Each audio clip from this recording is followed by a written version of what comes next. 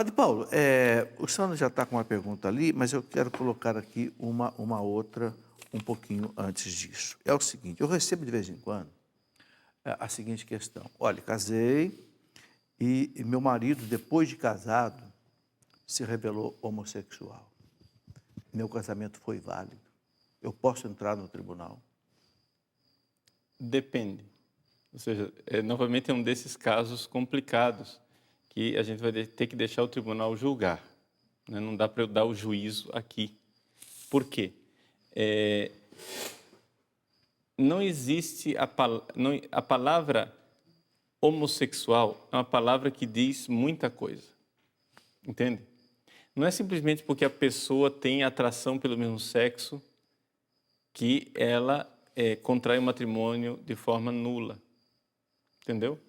Ou seja, existem pessoas e pessoas. A sexualidade masculina ela é muito complexa, não é? Então, assim, se qualquer pessoa que demonstre alguma fantasia sexual com o mesmo sexo contrai casamento nulo, então o mundo está acabado, porque as fantasias masculinas, né? Infelizmente, nós fomos todos marcados pelo pecado original, né? E a sexualidade masculina, eu estudei muito a sexualidade masculina porque eu fui reitor de seminário durante 15 anos, né? E a fantasia masculina, dependendo de condições e situações, ela tem os objetos mais esdrúxulos da face da Terra. Entende? Então, assim, o sujeito é capaz de sentir atração até por animais. Então, não é assim muito simples de detectar. De tal forma que, hoje em dia, nós temos todo um lobby do movimento gay e toda uma espécie de movimento cultural que quer colocar todo mundo num funil. Entende? Porque, veja, existe um movimento político chamado movimento gay. Ora, o que é que um movimento político numa democracia quer? Ele quer ser quanto maior, melhor, né? Então, tu precisa de número, precisa de gente. Então, qualquer um que tenha uma mínima atração sexual pelo mesmo sexo, ele diz, é gay. Você tem que se assumir, saia do armário. Não, vera lá, gente, a coisa não é assim. Entende? Ou seja, existe uma gradação infinita nisso aqui. Então, não dá para dizer com exatidão se isto é válido ou nulo. Depois, o que é que esta característica significou para esta mulher também? Isso é outra coisa. Ou seja, dentro daquilo que ela consentiu, ou seja, ela sempre disse que jamais consentiria casar com uma pessoa que tivesse esse tipo de tendência. Entendeu? Aquilo é perturbador realmente. Porque eu conheço inúmeros casos de casais felizes, fiéis, com filhos, em que o marido tem um certo percentual de tendência homossexual e nem por isso o casamento é nulo, os dois são felizes, né? Ter a tendência não é pecado, né, padre? A prática exato. É que é pecado. Exato. Né? Então, assim, as coisas são um pouco complicadas. Quer dizer, eu acho que poderia se dizer, se a pessoa, antes de se casar, já sabia que era homossexual e pretendia viver a prática homossexual depois de casado, aí seria um casamento. Aí é nulo, mas aí isso vale também se ele fosse heterossexual. Ou seja, então não é a homossexualidade que está tornando nulo, né? Ou seja, é a falta é a simulação da fidelidade. Isso vale para um homossexual, para um hétero Paulo, também. Eu acho que esse programa está deixando bem claro o seguinte, as pessoas têm que ir ao tribunal. Porque é muito difícil, Exato. O senhor falou, os casos muito extremos são fáceis da gente entender, mas saiu das extremidades, a coisa é complicada. Eu acho que é importante isso, as pessoas entenderem que existe um grupo de técnicos, não é, competentes nos tribunais da igreja que irão julgar essa realidade. Então, não cabe ao pároco, por exemplo, que atende o casal, julgar, não, seu casamento não é nulo. Não, entende? Encaminhar para o tribunal. Encaminhamos para o tribunal e o tribunal é que vai ver se ali existe o que nós dizemos fumus boni iuris, ou seja, fumaça de bom direito, ou seja, se aquilo se sustenta, se existe uma possibilidade ou não. São pessoas que têm um treinamento para discernir se existe possibilidade ou não de nulidade. Padre Paulo, no fundo, a pessoa que mais está se beneficiando desse programa sou eu. Porque eu recebo tudo isso no meu computador, no e-mail, e tem que dar uma resposta para as pessoas. Outra pergunta que está crescendo, Padre Paulo. Minha mulher não quer mais ter relação sexual comigo. Meu casamento é nulo por causa disso. Posso entrar no tribunal? Não pode, Não, né? nós temos que distinguir entre casamento infeliz e casamento nulo, não é? Existem casamentos que são, desculpe a palavra, eu vou usá-la, desgraçadamente válidos. Ou seja, casamentos que foram válidos, mas que são infelizes. E a pessoa vai ter que carregar aquela cruz. Entende? O catecismo fala isso. Né? Então, a pessoa tem que carregar a cruz, mas isso daqui é uma situação que faz parte da nossa santificação e isso acontece com todo mundo, não é? Por exemplo, o casal casou querendo ser feliz, contente, alegre, tranquilo, muito bem, tiveram um filho especial, com necessidades especiais, né? Com deficiências físicas. Isso daí, às vezes, pode perturbar o casamento de tal maneira que uma das partes, né, acha padre, que não vai aguentar. deixa eu colocar uma coisa aqui. Eu sei que tem muita gente nisso, por isso que eu estou insistindo um pouquinho nisso. Eu até, o senhor sabe que eu tenho uma filha que é médica endócrina, eu até pedi para ela me dar um livro de endocrinologia que trata essa questão um pouco. Porque que a mulher, a partir do de repente, não ter mais vontade de ter vida sexual, que é muito raro com um homem, né? Bom, minha filha dizia que há problemas hormonais atrás disso. E que, inclusive, alguns entendidos acham que até o uso de pílula anticoncepcional inibe a libido na mulher. Há teorias sobre isso. Não é? Sim. Agora, o que o senhor aconselharia um casal que está vivendo essa situação, um homem que está vivendo? O rapaz, professor, eu subo pelas paredes. Sim. A gente sabe o que o sexo significa para um homem, né? Padre? Sim, veja, aqui é a realidade de uma conversão a dois, não é? São duas realidades. Então, a primeira coisa é a conversão dela. Ou seja, porque ela tem o dever matrimonial. É o tal débito conjugal? Sim, exato. Isso, o código fala disso? Como é que é esse débito o código conjugal? não, porque isso é uma questão de moral, não é? Mas existe na moral cristã essa realidade, ou seja,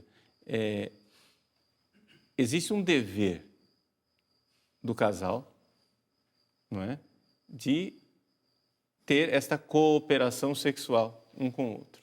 Não é? São Paulo fala, não vos recuseis um ao outro. Isso é um dever. Isso está na Sagrada Escritura, não é? Isto está, etc. Agora, não se deveria fazer por dever, deveria se fazer por amor. Então, é mais importante o trabalho espiritual, interior, com a mulher, para que ela se entregue realmente com amor. Uma das realidades que as pessoas têm que entender é que o matrimônio é um caminho de santificação. Não é? As pessoas entram no matrimônio como se fosse uma permissão de lazer. Não é? Eu vou ter lazer e quando eu enjoar do brinquedo, eu não quero mais. Não é isso. É um caminho de santificação, seja para ele, seja para ela. E às vezes vira uma cruz, né? Exato. Então, assim, essa situação, como outras situações, em que o homem é cruz para a mulher, ou a mulher é cruz para o homem, não é? É necessário que os dois procurem aliviar o peso e façam por amor a Cristo. E é por isso que é santificação. Por amor a Cristo. Não é? Desculpe a franqueza, mas nesses 21 anos de padre, amanhã, com a graça de Deus, eu completo 21 anos de padre. Meu aniversário de ordenação sacerdotal é amanhã. Parabéns. Então, amanhã, com a graça de Deus, eu completo 21 anos de padre, e nesses 21 anos de padre, eu já disse no confessionário ou no aconselhamento espiritual, mais vezes do que o senhor pode imaginar, para mulheres, dizendo, minha senhora, a senhora é católica, devota, convertida, a senhora não faz penitência? Faço, padre. A senhora não faz jejum? Faço, padre. A senhora não reza de joelho? Rezo, padre. Muito bem, a senhora tenha relações sexuais com seu marido por amor a Jesus. E a senhora verá que isso não diminui o seu amor por ele, só irá aumentar. Porque o amor a Deus e o amor por Deus só aumenta o amor do casal. Sim. Entende? Se você faz por amor a Cristo, então você está realmente se santificando naquele ato. Entende? Então, Jesus por vós. E ainda faça isso, não faça por obrigação, não, de cara fechada, né? Não. Por amor. Faça por amor, dando o seu tudo, né? Por amor a Cristo. Santifica. Santifica. Santifica. É um caminho de santificação. Santifica, como também quem é casado, né, que a maioria é casada, sabe quantas vezes você quer viver uma vida, um ato sexual e não pode, porque a mulher operou, está grávida, não sei que jeito e tal, e você não pode procurar Exato. outra mulher, não pode ir para masturbação. Isso santifica o marido. Exato. Eu acho que, sabe, padre, eu que sou casado, eu acho que uma das coisas que mais santifica um homem. Porque a força da libido e a força da alimentação são os dois instintos mais fortes que Deus colocou na gente. Quando não satisfeitos, tem que ter uma razão muito forte para a pessoa sublimar isso. Né? Exatamente. Então, esse é o outro lado da moeda, ou seja, a santificação do homem também. Né? Eu falei de santificação da mulher, mas isso é santificação do homem. Santificação do homem. Sabe, vou sintetizar várias perguntas aqui em duas, tá? Um padre tem autoridade para que casais de segunda união comunguem? E a outra é, o que é um tribunal eclesiástico? Né? O pessoal está levantando aqui os custos do tribunal eclesiástico, principalmente. Sim. Então, o confessionário é um tribunal, mas não é o tribunal adequado para um padre julgar a validade ou não de um casamento. Por quê? Porque o casamento é um ato público e o confessionário é um tribunal secreto. Então, um padre no confessionário não pode julgar se o casamento foi nulo ou não. É necessário que vá para o tribunal. Então, nenhum padre no confessionário, ou fora dele, se ele não é constituído juiz de um tribunal eclesiástico, tem autorização da igreja para julgar nulidade matrimonial. Portanto, se a pessoa, não é, está em segundas núpcias, na verdade a linguagem é inadequada, porque ela está numa segunda união, porque a núpcia foi a primeira, né? Ela está numa segunda união. Se a pessoa está numa segunda união, ela está, pelo menos por quanto nós podemos julgar exteriormente, em estado de pecado. Estou dizendo que esse é o nosso juízo exterior. E a disciplina da igreja com relação à admissão na comunhão, ela se rege nessa disciplina. Então, a pessoa não deveria comungar. Se o padre está autorizando isto é um grave pecado do próprio padre. Seja ele padre, seja ele bispo, seja quem for. Ele está em grave pecado e Deus irá pedir contas. E o catecismo fala claríssimo disso, né, Sim, padre? exato. Fala claríssimo. O catecismo, o Papa João Paulo II, nas Familiares Consórcio, né, diz com toda clareza, e a doutrina moral da igreja de 2000 anos. Né? Então, é necessário se buscar uma solução. Agora, a igreja pode rever o quê? A forma de declarar nulidade, o processo matrimonial, isso e aquilo, mas nós temos que lembrar o seguinte, que existe no direito matrimonial uma presunção, que é a presunção da validade do matrimônio. Ou seja, assim como no direito criminal, se presume que a pessoa é inocente até que se prove o contrário, no direito matrimonial se presume que o casamento é válido até que se prove o contrário. Porque senão, isso iria, digamos assim, destruir o edifício do direito. Então, nós temos que entender que nem todos os padres possuem o mesmo treinamento, ou seja, a mesma competência em direito canônico. Não é? Então, às vezes o padre ouviu falar que se pode, etc. e tal. Se é um caso de ignorância, muito bem, então, muito bem, está perdoada a ignorância, então agora estude um pouco mais, mas, embora é dever do padre saber essas coisas. Né? É dever. Então, é importante lembrar isso. O padre não tem essa permissão. E o que é um tribunal eclesiástico? Existe realmente a igreja, o poder executivo, legislativo e judiciário está concentrado numa pessoa, que é o bispo. Então, o bispo delega o poder executivo para alguns padres, que é o vigário-geral, o vigário episcopal e assim por diante. E o bispo delega o poder. Bom, o poder legislativo, o bispo não delega para ninguém. E o poder judiciário, o bispo delega para o vigário judicial, que é o presidente do tribunal, e constitui, então, é ele quem vai moderar, e constitui juízes, notários e os vários oficiais, os vários colaboradores de um tribunal, que irão, então, fazer parte dessa equipe que vai julgar os processos matrimoniais. Não é? Agora, infelizmente, a igreja não possui um direito processual gratuito. Não é? Ou seja, os julgamentos eles têm um custo. Por quê? Porque a igreja não recolhe impostos como o governo. O governo recolhe impostos e tem uma justiça gratuita. A igreja não tem justiça gratuita. É necessário entrar com um pedido de isenção das taxas se a pessoa prova que não tem condições de pagar aquelas taxas. Né? Então, os pobres podem recorrer ao tribunal. Né? Então, entram com um pedido de isenção das taxas. Mas, infelizmente, se a pessoa pode arcar com as taxas, é necessário, porque para manter o serviço. Né? Às vezes são leigos, existem juízes que são leigos, notários, e que recebem, né? advogados, oficiais do tribunal, que são leigos que precisam sustentar suas famílias também. Existem as despesas, né, de aluguel, computadores, etc. Tudo isso precisa ser sustentado. Ô padre, uma pergunta que também cresce.